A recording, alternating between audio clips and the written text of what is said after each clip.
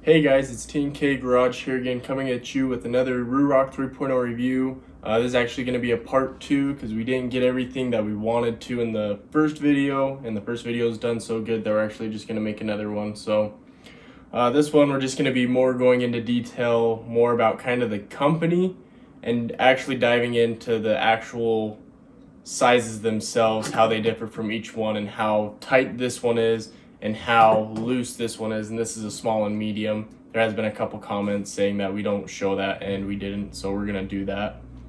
But first of all, we're gonna talk about how they first initially launched these helmets and how poorly they did that.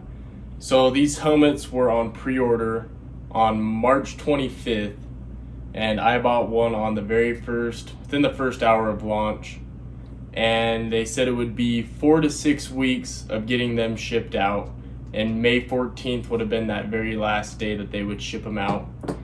And May 14th comes along, which obviously would be about 6 weeks, and everyone's expecting to get a shipping confirmation from them, and instead you end up with an email from the CEO of Ruroc saying that something has gone wrong and it's going to be about another month out before you'll get your helmets, which to me is just ridiculous that you wait that long and something happens like that. But they said it was something to do with their padding, and we'll talk about that in a little bit.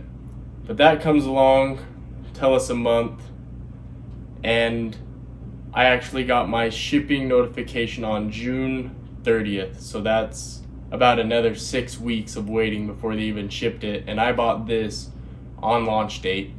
So to wait that long to get a helmet, to me, was just ridiculous. And then the helmet shows up and the sizing was just awful.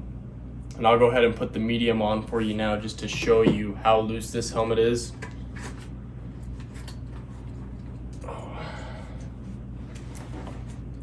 As you can tell, I'll open that up so you can kind of see around here.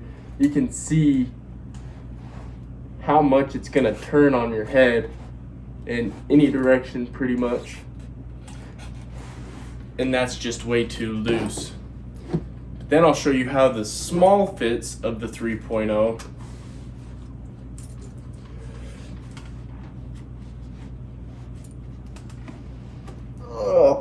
And it is just way too tight.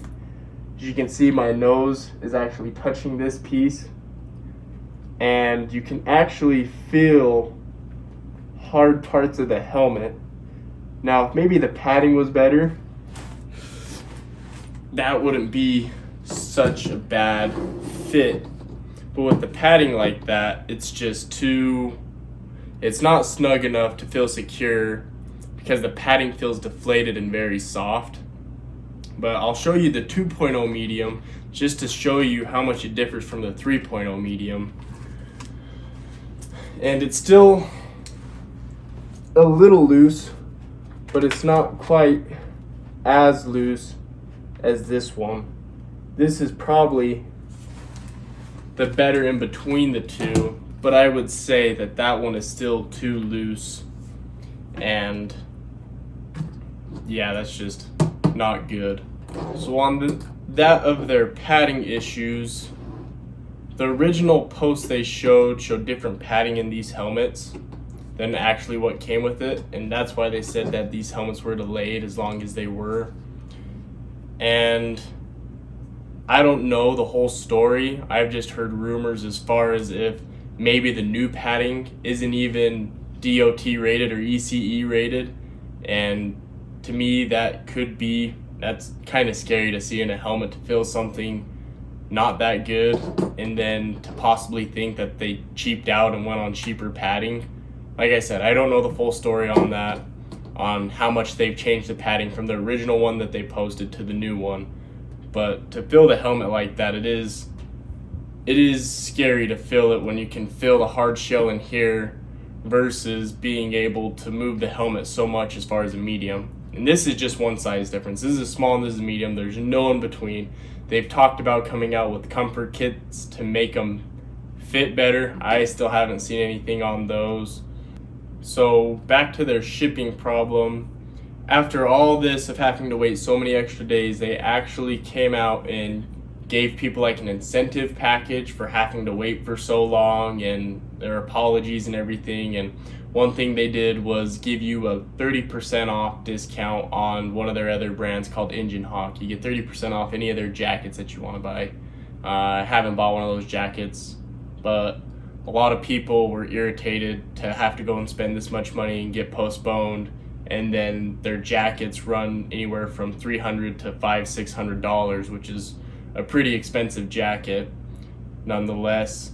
So a lot of people weren't happy with that. And then they also sent a little package of like a badge, a keychain, a little neck gaiter, and then a Atlas 3.0 banner. And to me, that's just not okay to have that big of a screw up and not offer anything better. Well guys, that is all I have to say about the Ruroc 3.0. If you guys have any questions, just comment down below and let us know anything else you have to know about these helmets. And this is T and K Garage out. Thanks for watching.